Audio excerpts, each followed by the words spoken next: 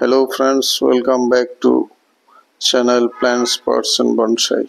এই গাছটিকে আজ আমি প্রুনিং করব। প্রথমেই এর নিচের একটি অতিরিক্ত ব্রাঞ্চকে আমি কেটে নিয়েছি।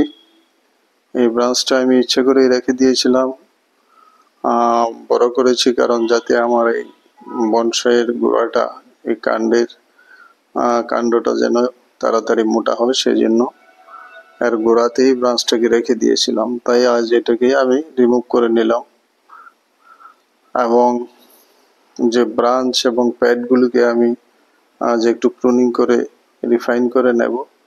অনেকগুলি প্যাডের মধ্যে ব্রাঞ্চগুলি একটু এদিক সেদিক চলে যাচ্ছে,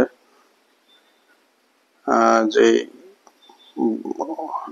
শাখাগুলি আপওয়ার্ড অথবা ডাউনওয়ার্ড হয়ে আছে, যেগুলি দেখতে ঠিক লাগছে না, সেইগুলিকে আমি আজ কেটে ছেটে প্রুনিং করে গাছটিকে একটু রিফাইনমেন্ট করব, যেন গাছটি আর একটু সাজানো গোছানো দেখা যায়। তাই আমি একে একে এর যে বাড়তি শাখা প্রশাখাগুলি এদিক সেদিকে চলে যাচ্ছে, সেইগুলিকে আমি প্রুনিং করে নিচ্ছি, ট্রিমিং করে নিচ্ছি।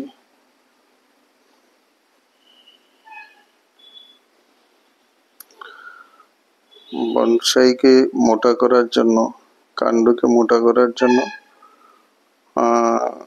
বনসাইয়ের গাছের গোড়াতে অতিরিক্ত শাখা বা ডাল অনেকে রেখে দেন এবং সেগুলিকে বাড়তে দেওয়া হয়, যেন এর কাণ্ডটি খুব তাড়াতাড়ি গোড়াটা মোটা হতে পারে।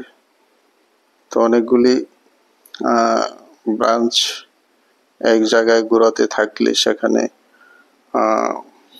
খাদ্যের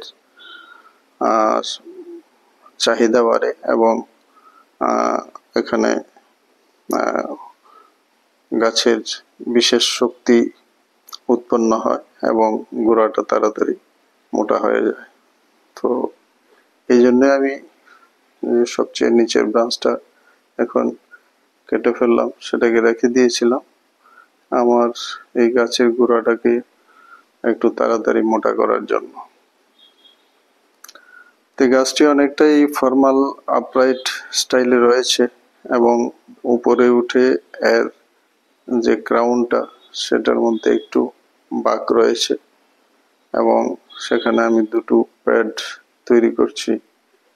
তো এটাকে আমি একটু যখন গাছটাকে ফ্রন্ট সাইড থাকবে তখন এটাকে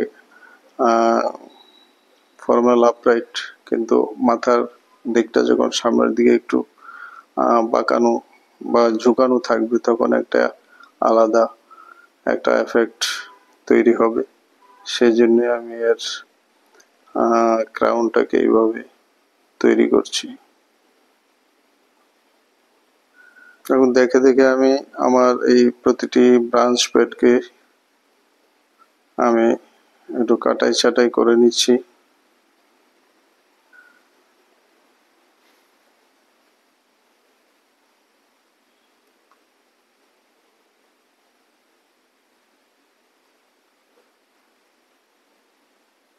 এই ব্রাঞ্চটাকে একটু ওয়ারিং করে নেব, কারণ ব্রাঞ্চের এই প্যাডের ব্রাঞ্চটা অনেকটা উপরের দিকে চলে যাচ্ছে, তাই একে ওয়ারিং করে একটু